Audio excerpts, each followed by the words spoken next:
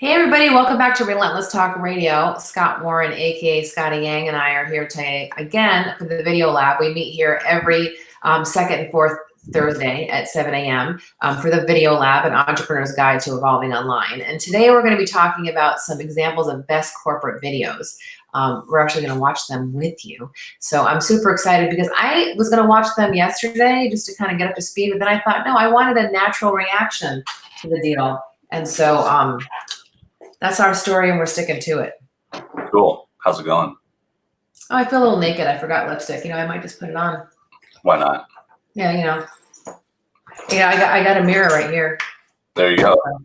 So tell us about what you're thinking about today with this. Well, yeah, I was kind of going back and forth, coming up with the topic for this episode, and the past few weeks we've been really hammering in some very hard driving like information content, which is great and it's useful and it's valuable, right? But I kind of wanted to change things up and make it a little bit more fun.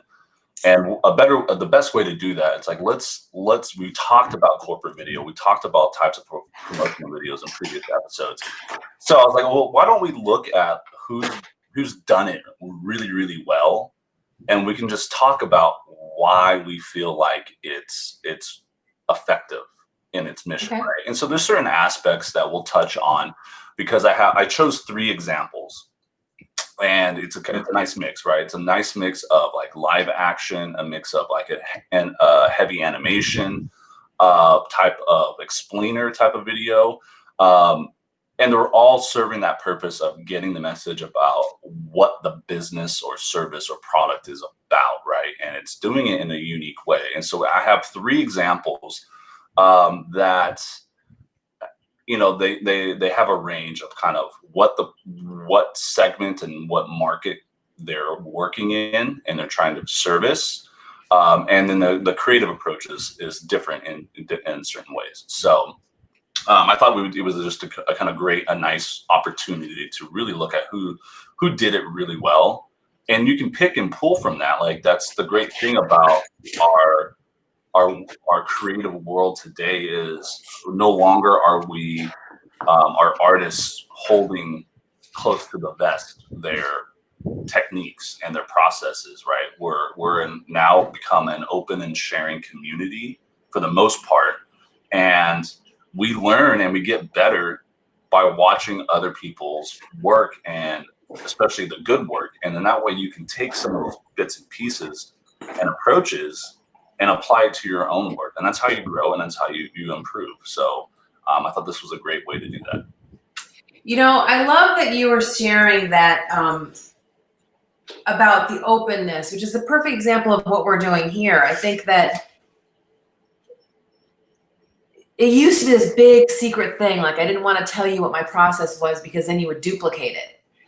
But I love how the drive to create content that adds value has permeated our culture because of social media. It's one of the things that social media has changed, where everything used to be behind the curtain and now it's opened up. And as a result, we're seeing huge progress in every direction because we're all being so open. And so we realize that by sharing our techniques and other people sharing their techniques, that collectively we're all able to create amazing things. And the creative in me and the creative in you, right? The artist in me, we all know that nothing happens in a vacuum, that everybody feeds off each other as artists. The fact that the regular world, like outside of the creative community, is witnessing that is awesome. I was listening to Gary Vee last night. He has a Tea with Gary Vee. Do you ever watch that? I watch clips, like I go down a rabbit hole on like YouTube and stuff, or I see his stuff come across my feed on LinkedIn. So if I see it, I watch whatever he puts out. I usually like to watch because it's usually pretty informative. And yeah, I really like how he really has been one of the people culturally in the social media world that's changed how we share stuff. And just this is because the reality is I can share what I do all day long, but the chances are that anyone working as hard as me with my mind and my experience is not going to create the same thing that I would create. So there really is no theft because nobody's Scott, nobody's Michelle, and so you're still. It's like hoarding the paintbrushes. Just because you have the paintbrush doesn't mean you can't paint the painting. And I think that's what it is now with technology and ways to share. So what are we going to watch first? Let's watch the Urban Farmers. That's the one I want to start with. Video.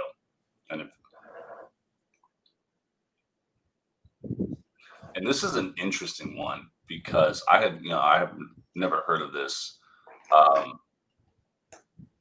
before, but it's a unique idea, very out of the box, which can potentially pose problems for a business because as a whole, humans, we're resistant to change naturally. It's the way the brain works. That's what I was posting about this morning, actually. Yeah, and it's such an out of the box approach to providing fresh, organic, sustainable food in a culture where it's being used as marketing ploys, sustain. And they mention this, they call this out in the video, sustainable farm to table, that sort of thing, when actually in reality it's not. It's logged in. They mentioned this in the video. They log thousands of air miles, which isn't really sustainable and good for the environment, right? So it's like companies are using that to market when in reality it's not quite as sustainable and organic as you may think it is, right? So they're addressing that in the video. I don't know. Do you want me? I don't know if I can share the link or. Yeah, I think how we did before is you have a screen share on your side, right? That's how we shared the forms before, right? Let me pull it up real quick.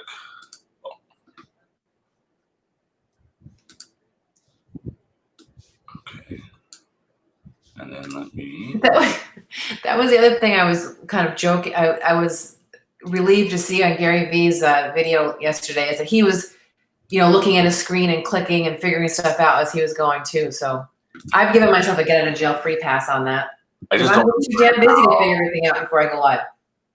Oh, there we go. Screen. I forgot how to do it. Yeah. There you go, people. Learn on the fly. Relearning on the fly. Yep. There you go. Okay.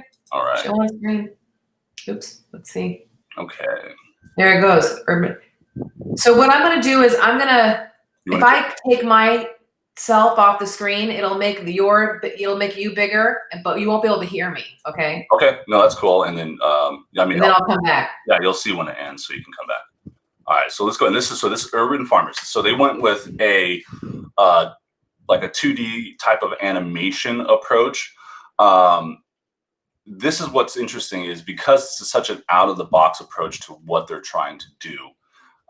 They need to obviously explain what they're about, what the problem is, and how what they're doing is a positive solution, not just for you as the consumer, but how it's going to affect the planet, I guess, overall. And this is really important because you can get very preachy in something like this, and that's a turnoff to viewers and consumers. So it's like a unique blend of being able to be set the stage through information and facts, but then also get your message across about what you're doing and do it in an entertaining way. And so I love the approach that they took to this. And they went all in on this, right? So this probably was a really expensive video to make because of the animation, but they knew that they had to really up the game with this initial company video because they saw the importance of breaking down the barriers and walls of consumers and the viewers out there on such an out of the box approach to growing and making sustainable food. So let's go ahead and we'll just watch this.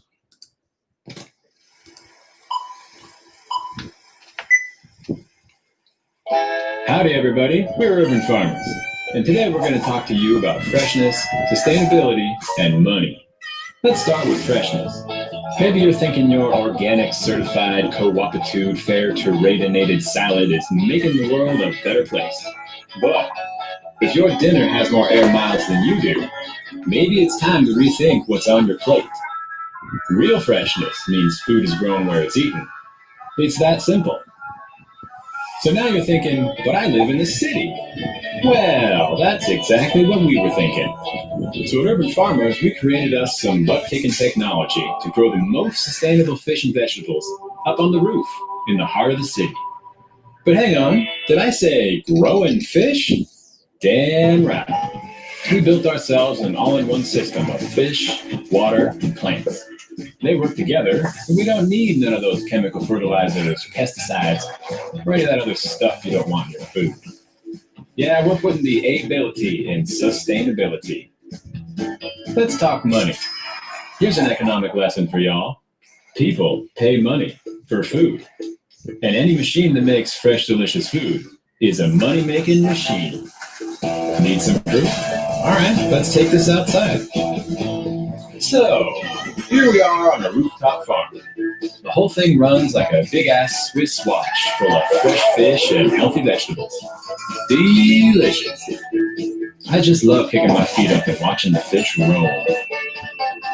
So, give us a ring when you're ready to freshen up your city and start farming right where you live. See y'all soon.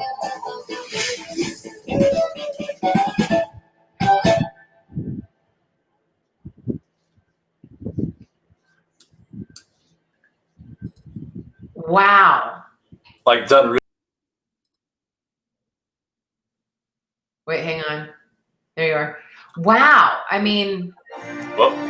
Sorry. I'm like, yeah. So first of all, I'm like, what an ingenious concept. Okay, Right. I'm gonna send them a message after this and let them know that they're on this video and tell them how much I admire what they're doing. What an incredible concept. When I was first at a graduate school, I was dating a guy whose family was very much into farming. And I learned I'm so grateful that I dated him because I got to see so much about food that literally this day changed how I think about food. So to see people farming on a roof, like I'm literally going to send this text over to him and his family because I'm sure they'll want to know about this because they live in New York City still. I just love it.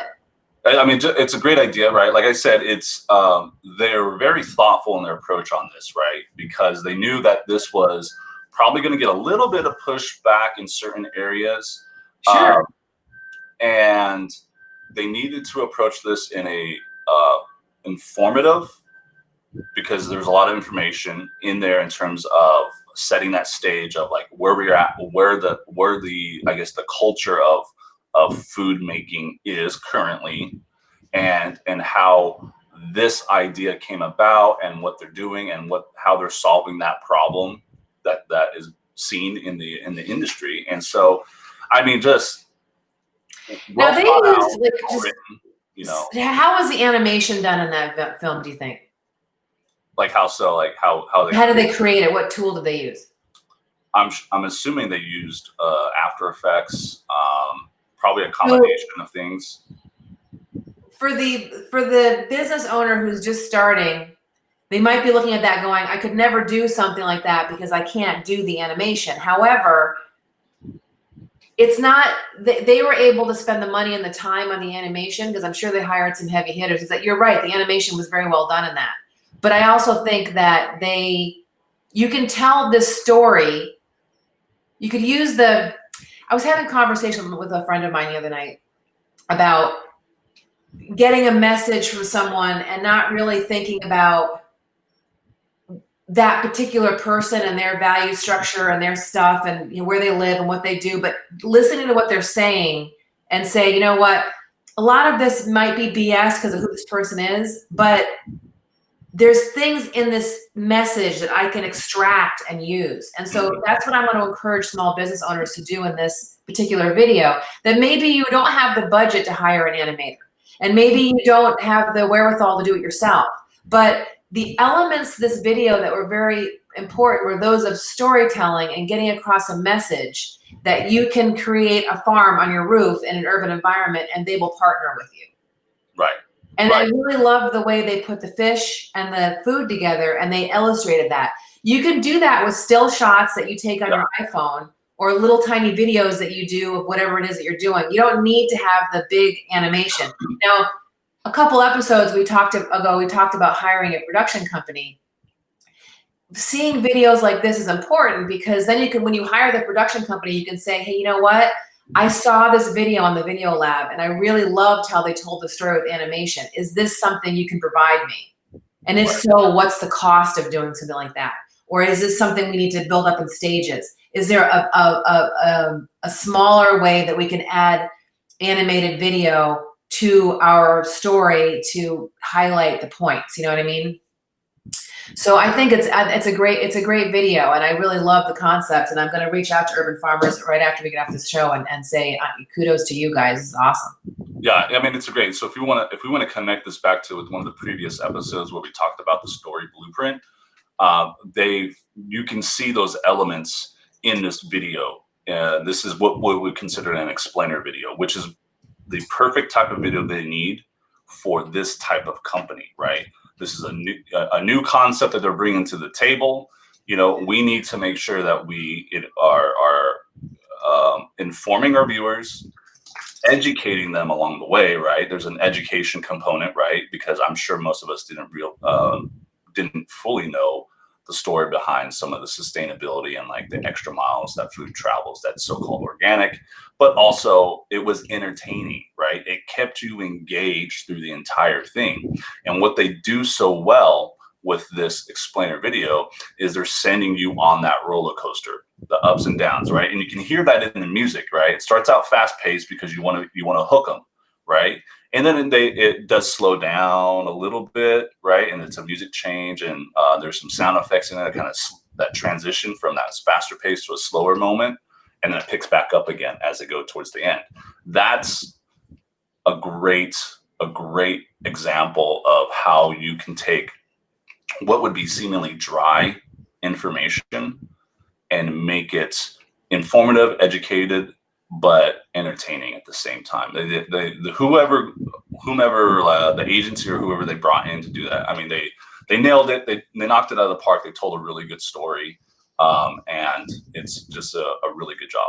That's why. I'm actually going to ask them who the heck the agency is, because you and I are both creatives and we like to give shout outs. So I'm going to find out who the agency was that created all of these videos and give them a shout out in this the Video Lab. And so my cousin in Vermont is saying that we have a bit of a lag, and I'm hoping it's not my new internet connection is not strong enough. I'm hoping that it's my cousin's internet connection in Vermont, but I guess we'll find out. If there is a lag in this video, you can go to youtube.relentlesstalkradio.com, and we'll be posting the video directly from BeLive to YouTube. So if there's any lags on this, you can always catch it up at youtube.relentlesstalkradio.com and go to the Video Lab playlist. So hopefully that's just my cousin in Vermont, her internet connection, but we'll see. So you have another video. Thanks for letting me know there, cuz. I appreciate it. Yeah, I do have another one. I'm getting it queued up. Simple. It was beautiful. It was. I have the YouTube ad is jumping in. Okay. All right. So this next one is from Red Bull Racing. And this is a different type of approach for a corporate style or brand video. So what their approach here was, they're taking you behind the scenes, right, of Red Bull Racing and of their facility that manufactures their F1 race cars, which is so cool because, I mean, Red Bull is a global, massive brand. Everybody knows it. And what's unique about Red Bull and their approach was, yes, they make an energy drink, but they haven't put all their eggs in one basket. And this is from the beginning, right? They're more known for their content, their association with F1 racing, but also action sport athletes and events and that nature. It's just so happens they also make an energy drink. So Red Bull is actually a media company that happens to make an energy drink. There's a really great, I don't know if you ever follow Growing Boulder. online. No, I do not. Check them out. They're brilliant. Mark Middleton is the mastermind behind that. And his whole concept is to approach aging in a different way, boldly, as opposed to the alternative, right? Right. But they are also a media company who happens to post things about aging. And I think it's brilliant because I would never have looked more closely had it not been for his consistency on social media. So it's really interesting because I was, as part of like my designer in residence program through Fabric, we get a lot of web work sessions and trainings and that sort of thing. And one of the sessions was, this was from a man that is a venture capitalist. So he hears a lot of pitches, right? And the one thing he always asks anybody who's trying to get money is, how is your business defensible? If the economy were to tank right now, how is and people aren't buying products, right? Worst case scenario, how is your business going to remain viable in the marketplace, right? And this is the same approach that these companies are doing, is you're not putting your eggs in one basket, because if you are selling a product and the economy tanks and consumers are not buying, they're hoarding their money, well, then you're going to go under, right? It's called having a diversified portfolio. And this is something that I'm constantly battling with people saying, Michelle, pick one thing. And I'm like, I do have one thing. Micalizzi Enterprises is my one thing. Right. And I manifest that company in several ways. One of them is Relentless Talk Radio. One of them is Choose Healthy Change. Another one is my art from Micalizzi Art and Fashion. You know, and then also Go Digital Faster is now falling under that. So that I have several funnels of income. Some of them are quick burns, some of them are slow burns, but ultimately all of them are residual income opportunities, so that when the economy changes or my focus changes or people's focus change, I'm not completely dead in the water. I think that it's smart that companies like Red Bull and Growing Bolder and Virgin Records, right? Virgin Records, Virgin Atlantic, Virgin Airlines, Virgin Galactic. They're in the space. It's a good thing nobody told Tony Robbins and Richard Branson they had to focus on one thing, because we would be SOL. You know what I mean? Because they do so many amazing things. And same thing with he's a computer guy, and he's also a immunization guru, or he has lots of other things that he does. So I think it's smart. I'm really interested. I have a friend whose son is sponsored by Red Bull in the racing space. Oh, cool. And I've often looked at Red Bull, I have Red Bull in the back of my mind for my fitness competition piece of what I do. So I'm interested in hearing what they have to say. Yeah. So I'm going to show this in the stream, and I'm going to check out and let you take over. Okay. All right. So what's unique about this is you don't get a behind the scenes view of the F1 manufacturing facility where they make their cars, right? So this gives that mystique about what happens behind the scenes over there. And so anyone who not only follows Red Bull, but anyone who's a big F1 racing fan is going to eat this up. And what this does is helps continue building their brand equity and this exclusivity of this behind the scenes look of the facility. So we'll just go ahead and play this. Adrian's office is just opposite mine. So as you can see, he has a clear desk policy, and obviously busy working away on different areas of the car.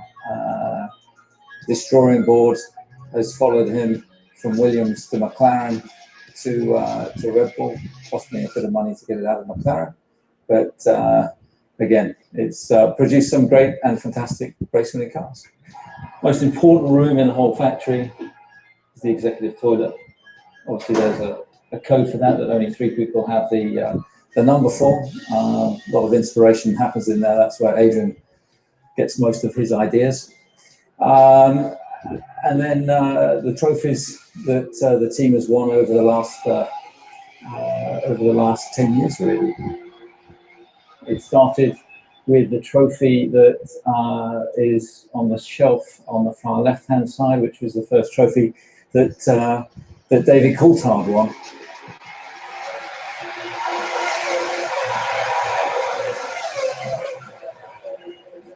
Now, these are the two most important trophies: the Constructors' World Championship Trophy, the Drivers' Trophy. Obviously, these are supposed to be replicas, but are they? Mercedes, you don't know what you've got. Right, we're now heading down towards what we call the operations room.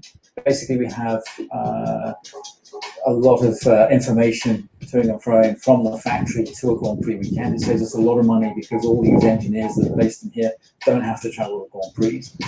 Okay, that was quite a good front cover. This is our gym. We do a lot of training here with the drivers, with the young drivers, particularly with the pit crew and the race team, to make sure that their pit stops and their physical training is in the best condition possible. It's obviously where I keep my physique in such good shape as well. In fact, this is the first time I've been in here for about 18 months. We're now coming downstairs into the heart of the factory, and this is where all the painting of the cars is done. They're busy painting, and preparing.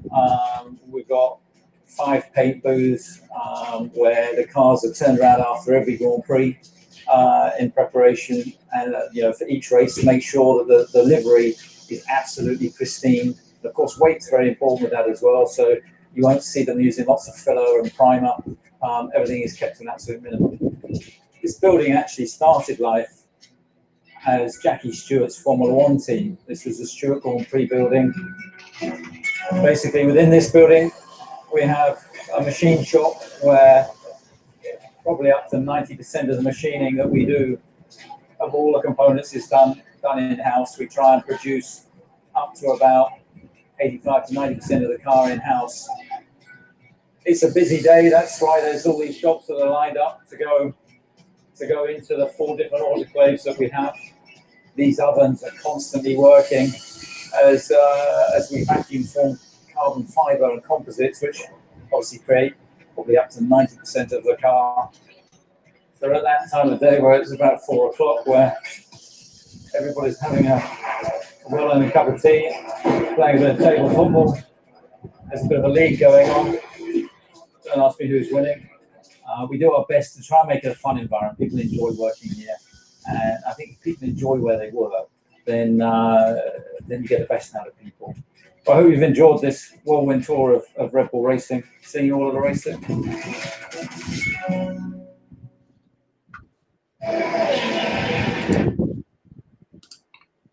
So, I mean, it was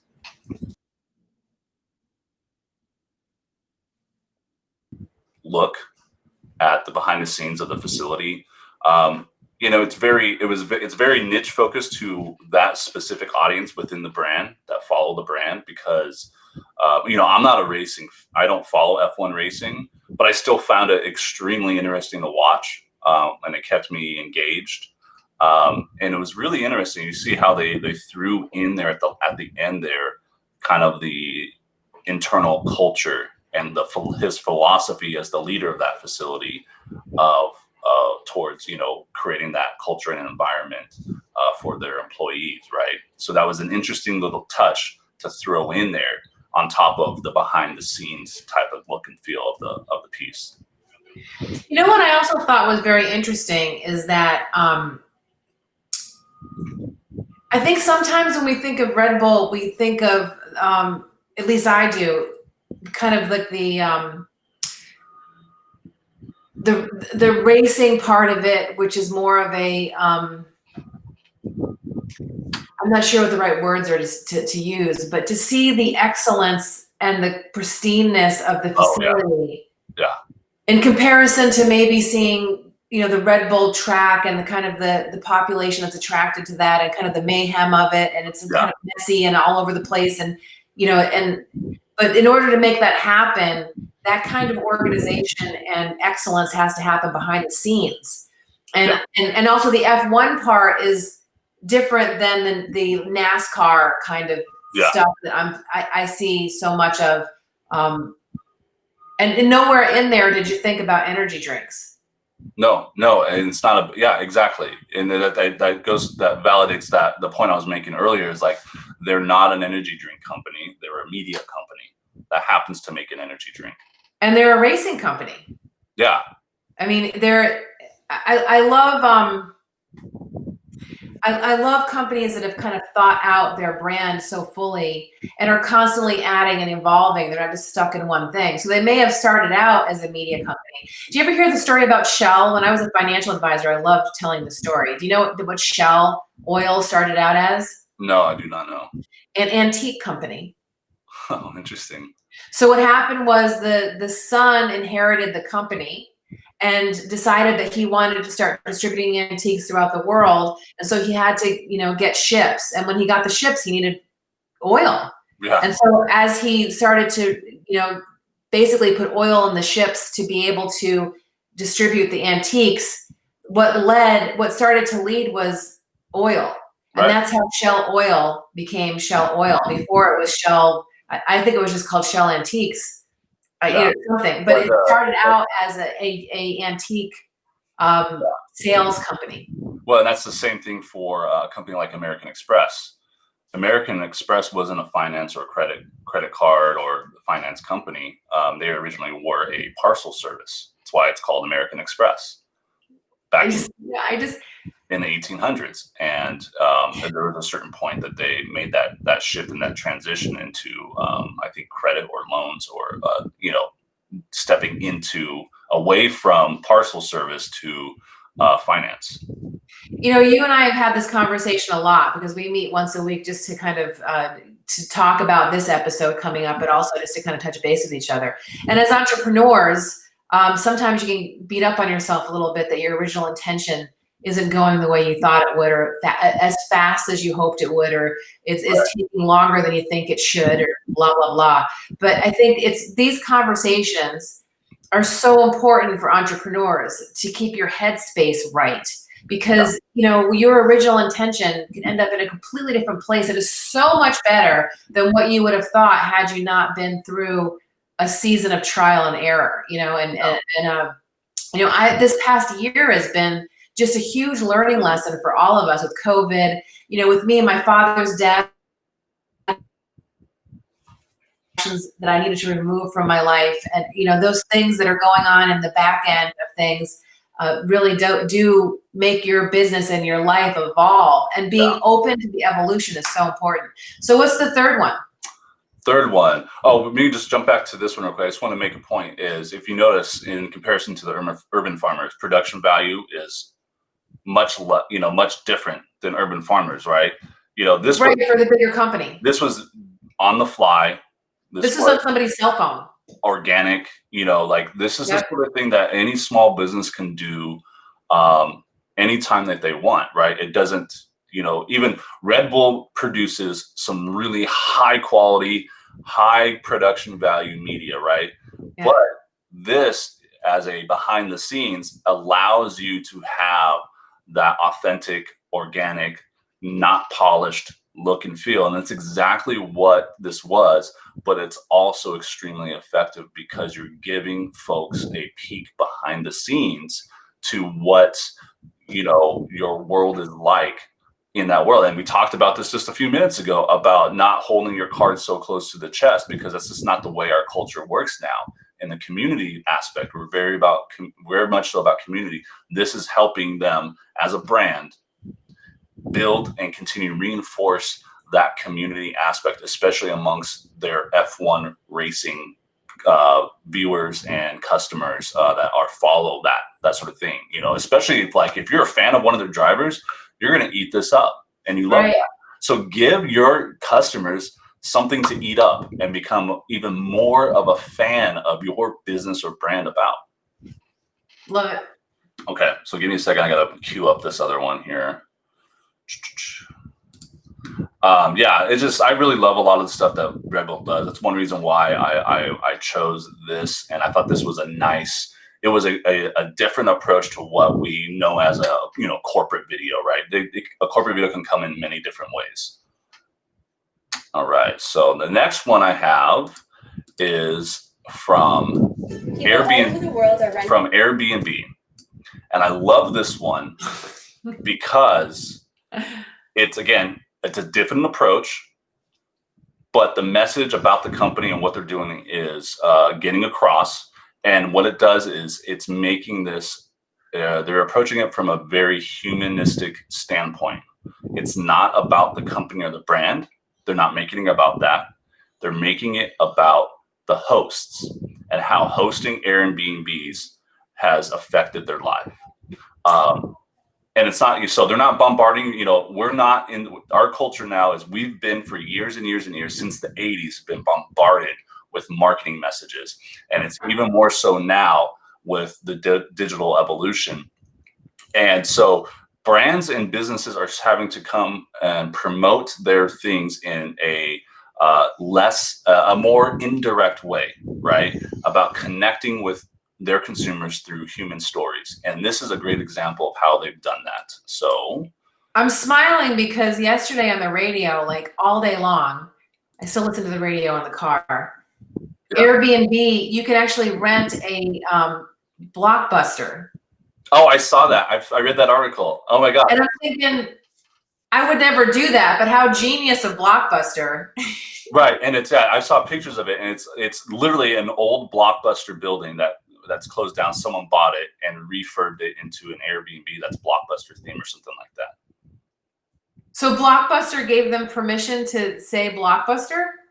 I'm assuming so. I don't know, but I also read it. Well, now I'm really flipping curious, right? Because I was like, are there still Blockbusters?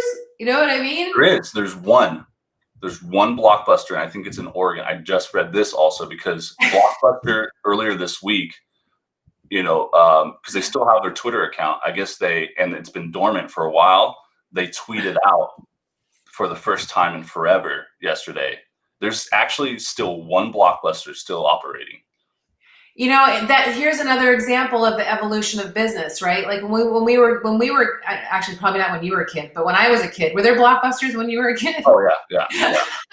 I'm old now. Like I'm old. I'm almost 40 now. So yeah. Okay. I got 13 years on you. So which is fascinating to me, but because I still feel 23 on the inside. It's the numbers are 35. I'm not 53. So the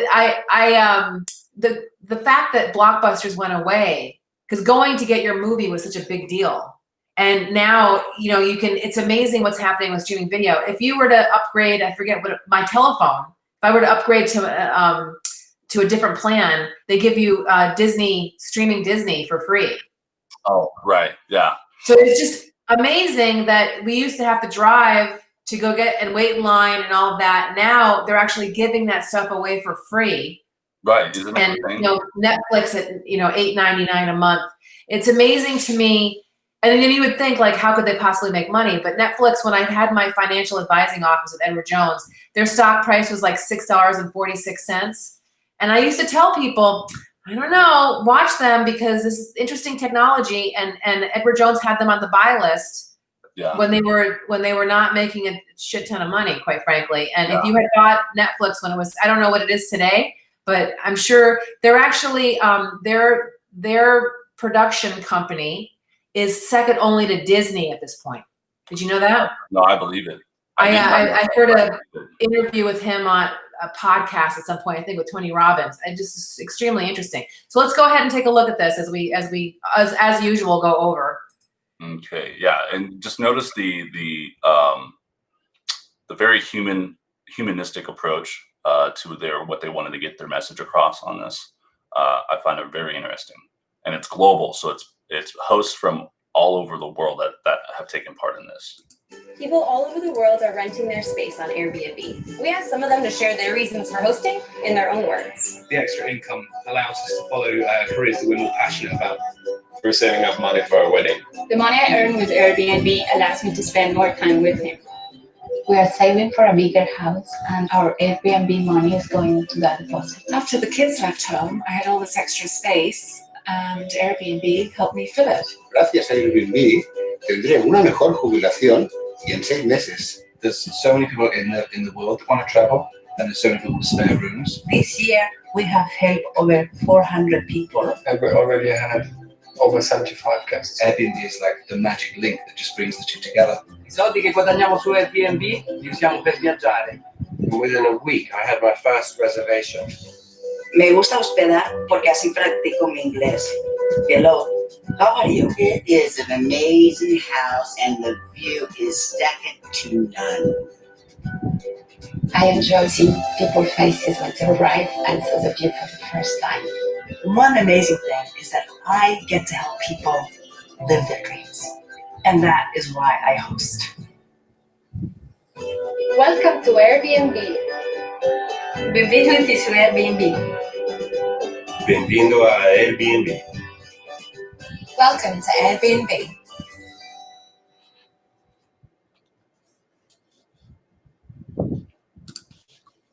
Okay, so let me switch the screens again so that they always stay. Hang on. Wow. I mean, how well done. Yeah. Really.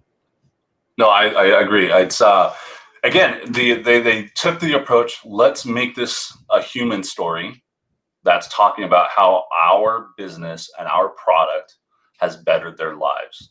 Right. And so what they did, let's go talk to a bunch of the hosts around the world and how and why, understand why they host on Airbnb and how that has positively affected their lives and their goals themselves. Right. And I think it was really well done in that regard. And then you just notice that it wasn't just, you know, a host after host after host, like talking head, like, you know, I'm this and that.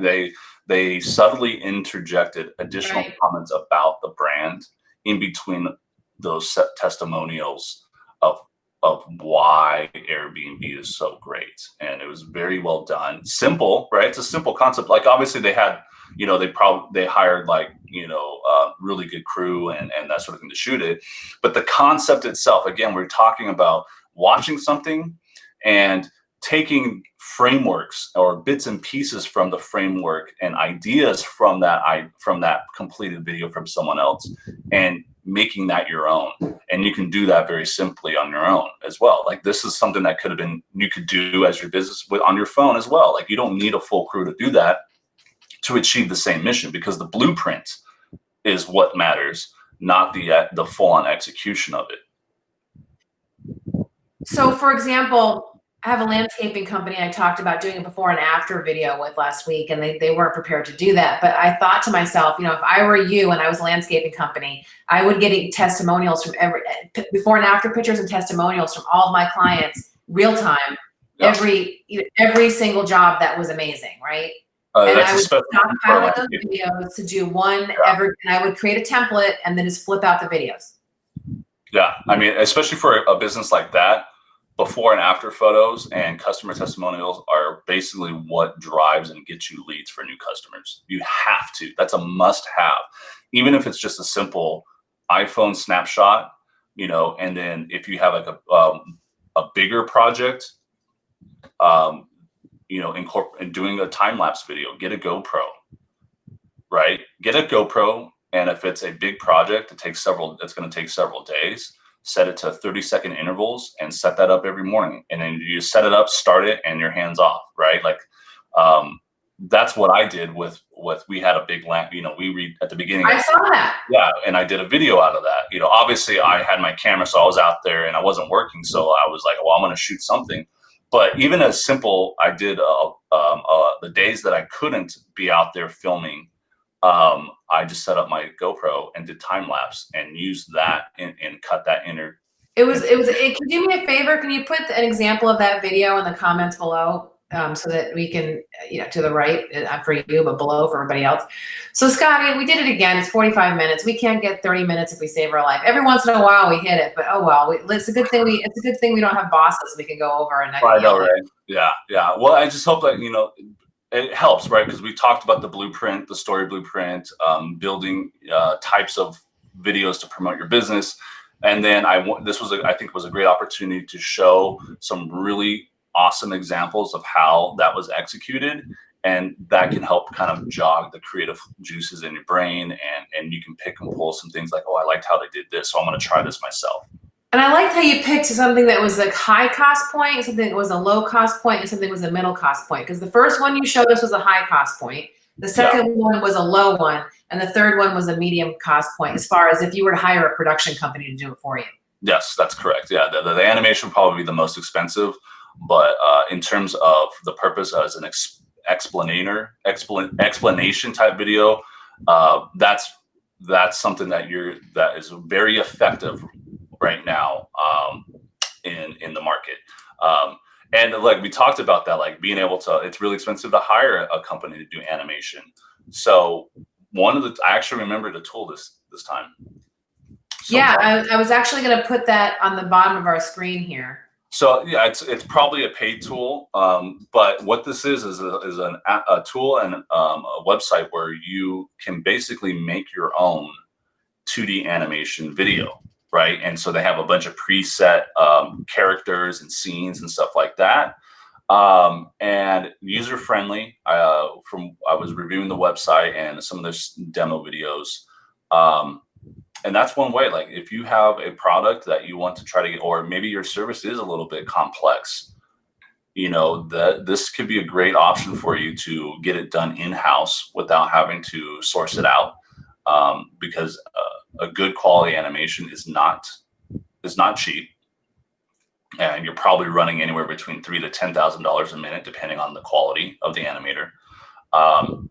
And this is just a good option for anybody out there that really wants to get this across and has something that they want to get explained about their business to help drive traffic and leads. So I'm looking at the pricing on it. You get a free trial. The essentials is $299 a year, and then it goes up to premium and professional from there. $649 for the premium and $999 for the professional, and enterprise is custom pricing. So for $300 a year.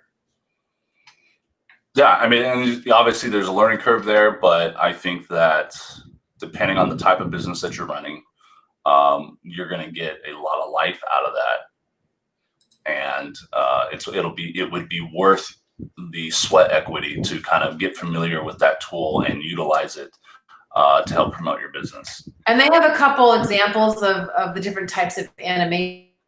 It's funny, as I'm looking at it, I'm sure I've seen some of these before because the caricatures that are in their examples are familiar to me. So yeah, cool. Thanks for the tool. So it's a good option to look into. So if everything we just said sounds like Swahili to you, I'm putting up.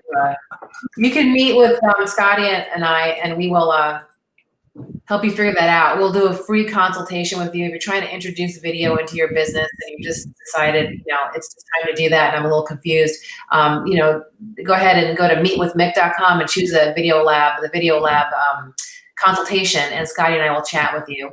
And if you'd like for us to review a video that you have, maybe give some feedback, that's another way you can utilize this service. So it's a free review.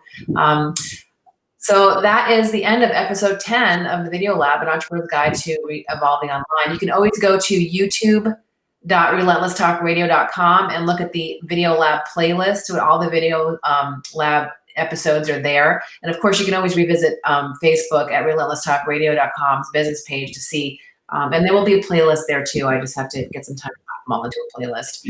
And that's my story, and I'm sticking to it. So Scott, thanks a lot for your time. No problem. It was good talking to you. Had a lot of fun. Yeah, cool. Have a good rest of your day. Guys.